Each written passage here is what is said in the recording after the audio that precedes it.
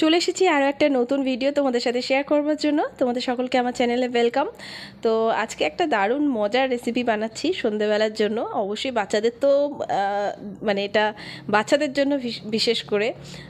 তো প্রথমেই দেখো এখানে আমি একটু ঈষদুষ্ণ দুধ নিয়ে নিয়েছি, যার মধ্যে দিয়েছি একটু ইস্ট, চিনি দিলাম, আর এখানে দিয়ে 2 চিমটে মতো নুন দিলাম। দেওয়ার পর একটু মিক্সড করে নিচ্ছি।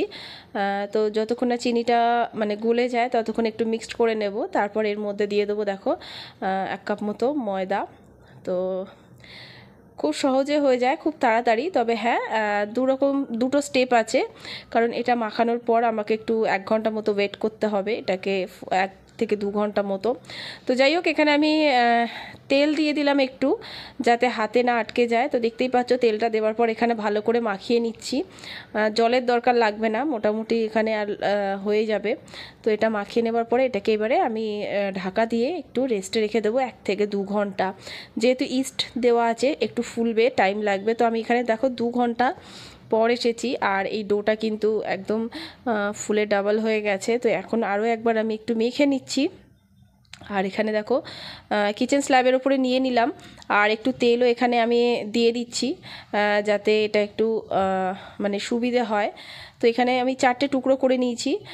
প্রত্যেকটা টুকরো এইভাবে মানে আমি একটুখানি হাত দিয়ে একটু গোল করে নিয়ে কেটে নিচ্ছি। দেখতেই পাচ্ছ ছোটো ছোটো টুকরো করে কেটে নিয়েছি। নেওয়ার পরে এইভাবে ছোটো ছোটো রাউন্ড করে নিচ্ছি।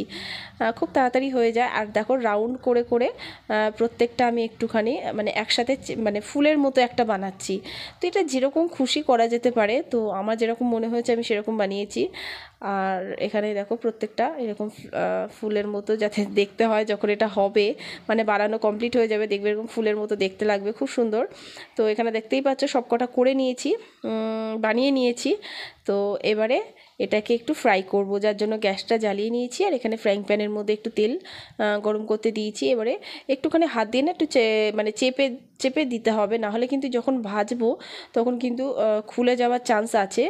তো এখানে তেলের মধ্যে দেওয়ার পরে লো টু মিডিয়াম ফ্লেমে একটু ভেজে নিচ্ছি, আর ওপর থেকে একটু তেলটা এইভাবে দিচ্ছি।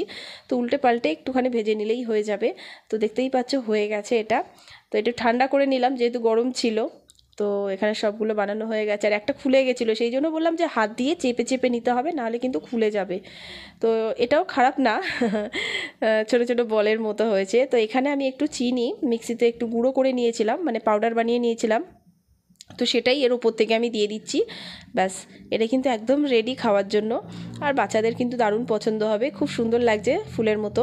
তো দেখতেই পাচ্ছ হয়ে গেছে। তো এরকম অনেক রেসিপি কিন্তু আমার চ্যানেলে আছে, চেক আউট করে নিও। আর এই রেসিপিটা কেমন লাগলো জানাতে ভুলো না। তো আবার দেখা হবে নতুন কোনো ভিডিওর সাথে। ভালো থেকো, টাটা।